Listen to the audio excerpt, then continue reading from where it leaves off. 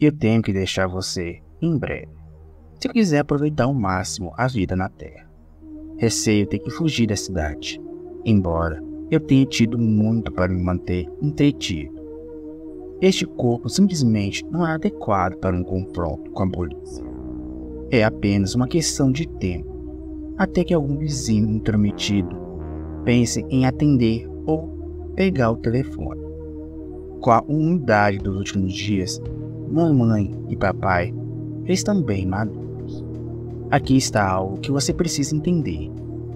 O inferno é um lugar grande e eu dei a você um aviso justo sobre alguns dos locais que eu mesmo encontrei.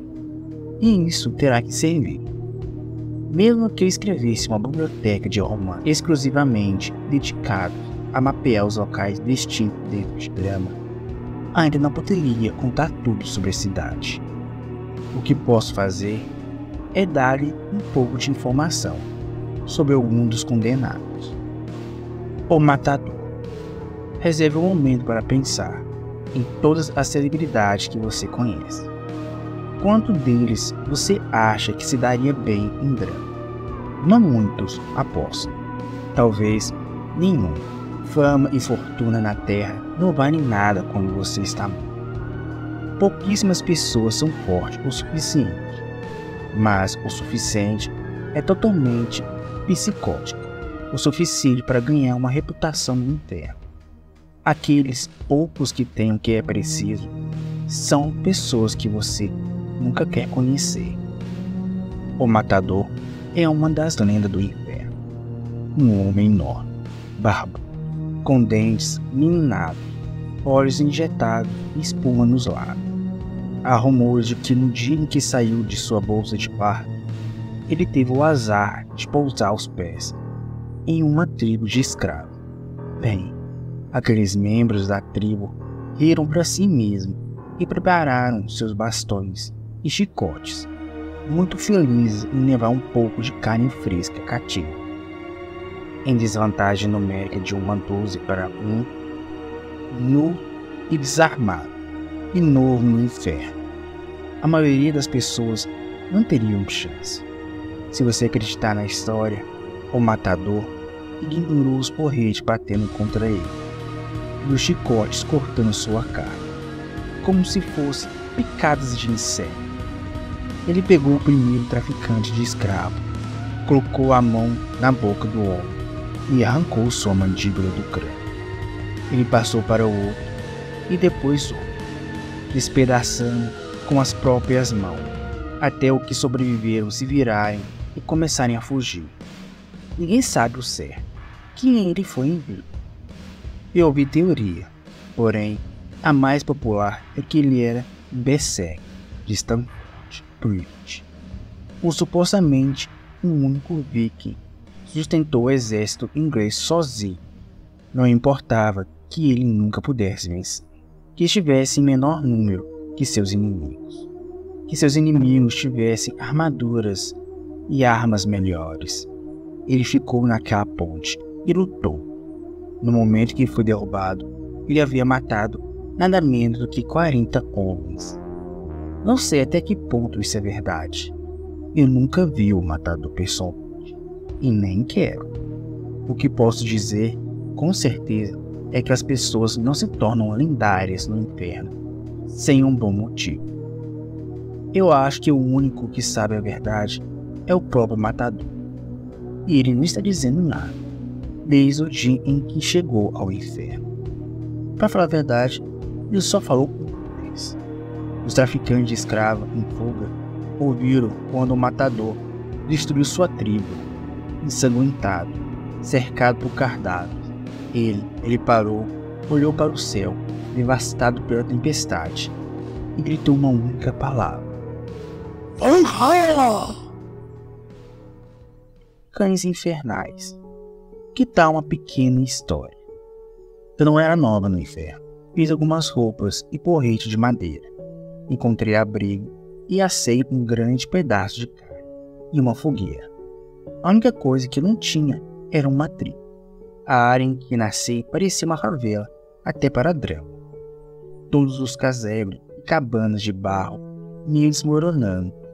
O ferro era escasso. Não dava para fazer uma tigela de água para mim. Em suma, não é um bom local para uma tribo. Meu plano era bastante simples.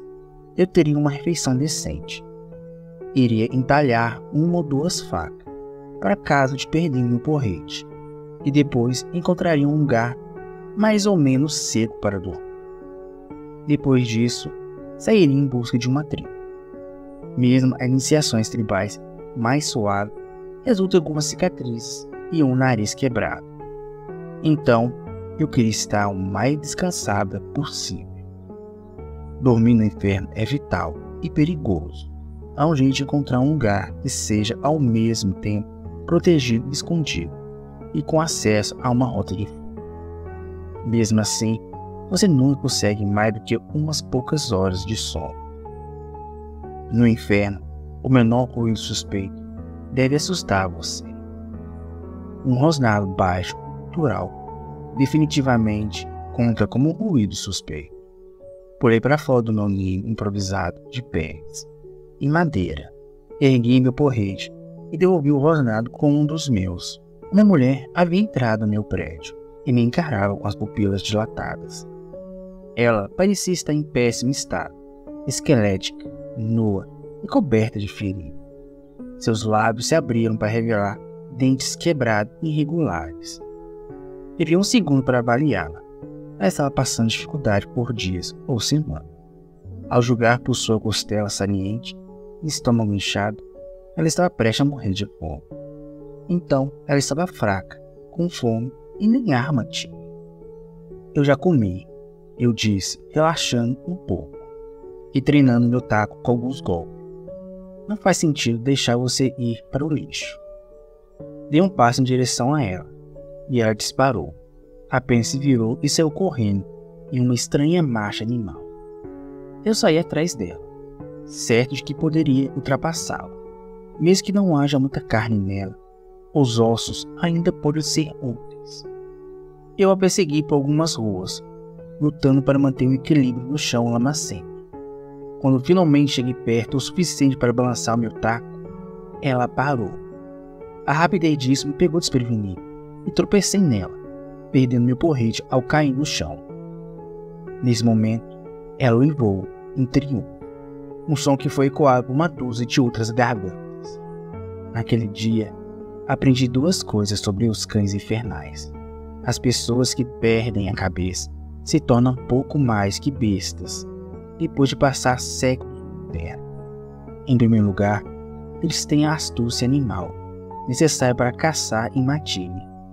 Em segundo lugar, os dentes e as unhas humanas são perfeitamente capazes de arrancar a carne dos ossos. Os cirurgiões. Os médicos modernos raramente prosperam no inferno. A academia e a confiança na tecnologia não os deixam no melhor estado para suportar a violência e a brutalidade sem fim. Mas, apesar disso, existem algumas exceções.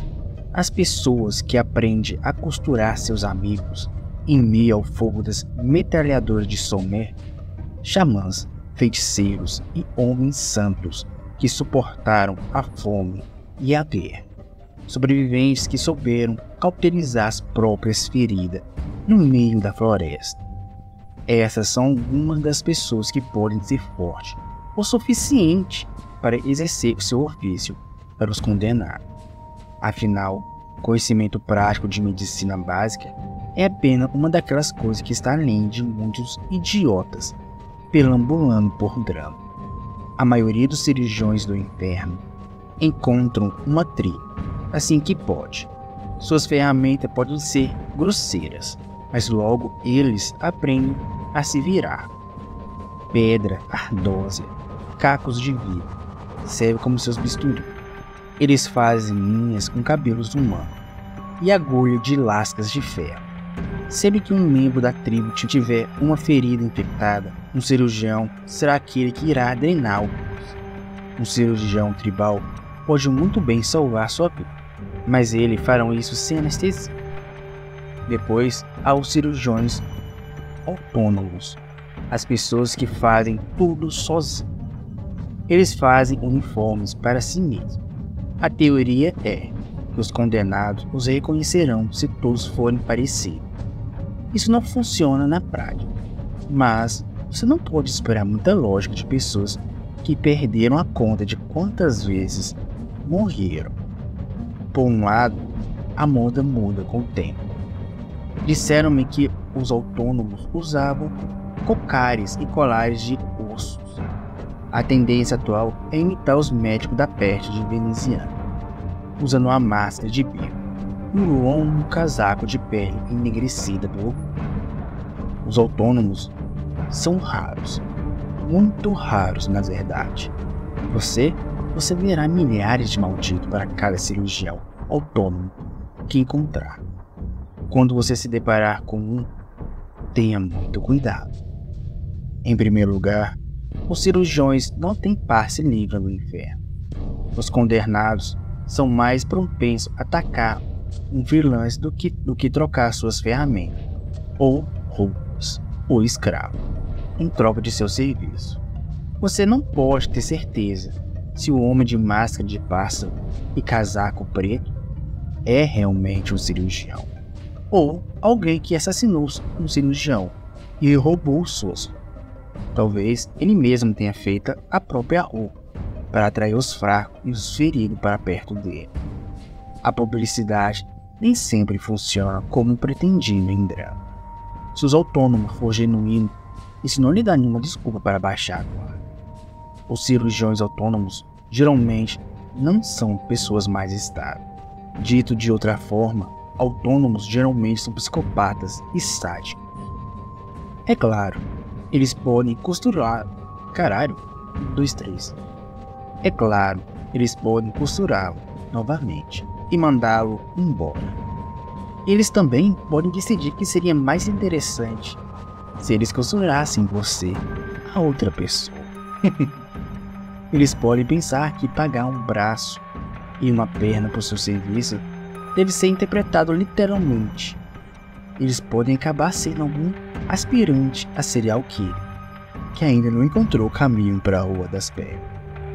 Para cada autônomo tentando fazer um trabalho difícil em um lugar mais difícil, há cerca de uma dúzia de mulheres que querem experimentar seus brinquedos em alguém ferido demais para revidar.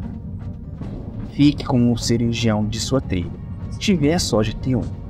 Caso contrário, aprenda a consertar suas próprias feridas. Acredite em mim. Se você saber ler, você já vai ter vantagem intelectual sobre muitos residentes do inferno. A educação é universal e é bastante recente. Autônomo não vale o risco. Câmbios. Vou ser sincero com vocês aqui. Não sei se os câmbios realmente existem. O que eu vou contar é algo que outra pessoa me contou.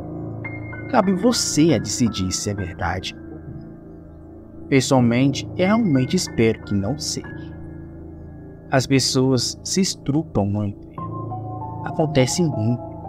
E se você não for forte o suficiente, vai acontecer muito com você.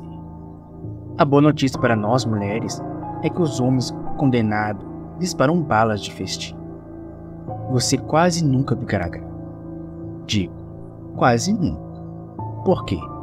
Se você acreditar nas histórias, há uma chance incrivelmente pequena de que algum daqueles pequenos nadadores estejam acordados e procurando.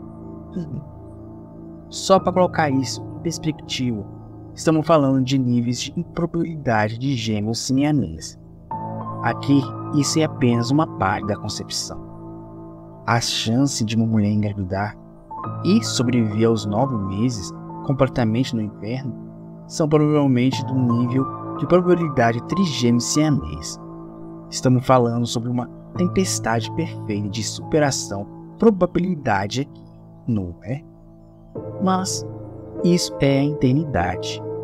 O macaco esmagando teclas aleatórias e uma máquina de escrever, uma hora acabará por produzir a obra completa de Shakespeare se continuar por toda a eternidade. O resultado daquela tempestade perfeita daqueles macacos com suas máquinas de escrever, é um cão. Uma criança concebida e nascida no inferno. Não estou dizendo que eles existem, ok? Estou dizendo que conheci alguém que jura que é verdade e que viu um câmbio por si mesmo. Você vê bebês em suas bolsas de parto de vez em quando. Normalmente é apenas um corpo, ocasionalmente. Ocasionalmente você vê um se afogando. A maioria dos condenados os ignora. Eles não sobreviveriam um dia nas ruas de drama, mesmo que você pudesse dedicar toda sua atenção a eles. É melhor deixá-los em paz. São apenas as pessoas realmente degeneradas que cortam o saco. E... sim, não vou terminar esse pensamento. Mas estou divagando. Então, esse câmbio que pode ou não ter existido, aparentemente parecia uma criança normal. Chorava, cagava e chupava os seios da mãe, como um bebê normal faria.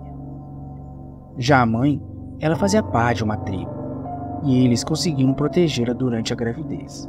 Eu não saberia dizer por qual motivo ou porquê. Talvez curiosidade. Quando a criança nasceu, toda a tribo se reuniu para dar uma olhada. Entre eles estava o homem que me contou essa história. Alguém que eu conheceria anos depois e acabaria matando ele. Este homem cortou o cordão do bebê e o levantou até o rosto. Todos os homens da tribo tinham violentado a mãe em um ponto ou outro, e ele queria ver se a criança se parecia com ele. O Campbell parecia uma criança normal em todos os sentidos, menos um. Seus olhos estavam mortos, sem vida, como uma boneca. Claro, o garoto estava vivo. Ele se contorceu e chorou como um bebê normal. Mas aqueles olhos estavam bem abertos, porém não fechados, como os olhos de um recém-nascido deveriam ser. Os olhos de boneca bem abertos e vazios. Ora, se essa história for verdadeira, não culpo a tribo por matar a criança. Algo assim não deveria existir aqui. Certo, eu terminei. Eu tenho que ir. Este é o ponto em que as pessoas gostam de ter as coisas bem amarradas. Alguns dragões mortos, algumas donzelas. No mínimo, você poderia esperar algum tipo de lição de moral para refletir. Eu acho que, nesse caso, esse tipo de coisa está faltando. Não há dragões para matar, e nem moral para aprender. Não vivemos felizes para sempre. Não há nenhuma grande revelação, nenhuma reviravolta inteligente, nenhum propósito, nenhuma redenção e nenhuma esperança. Só a eternidade entre a nossa própria espécie, em um loop infinito.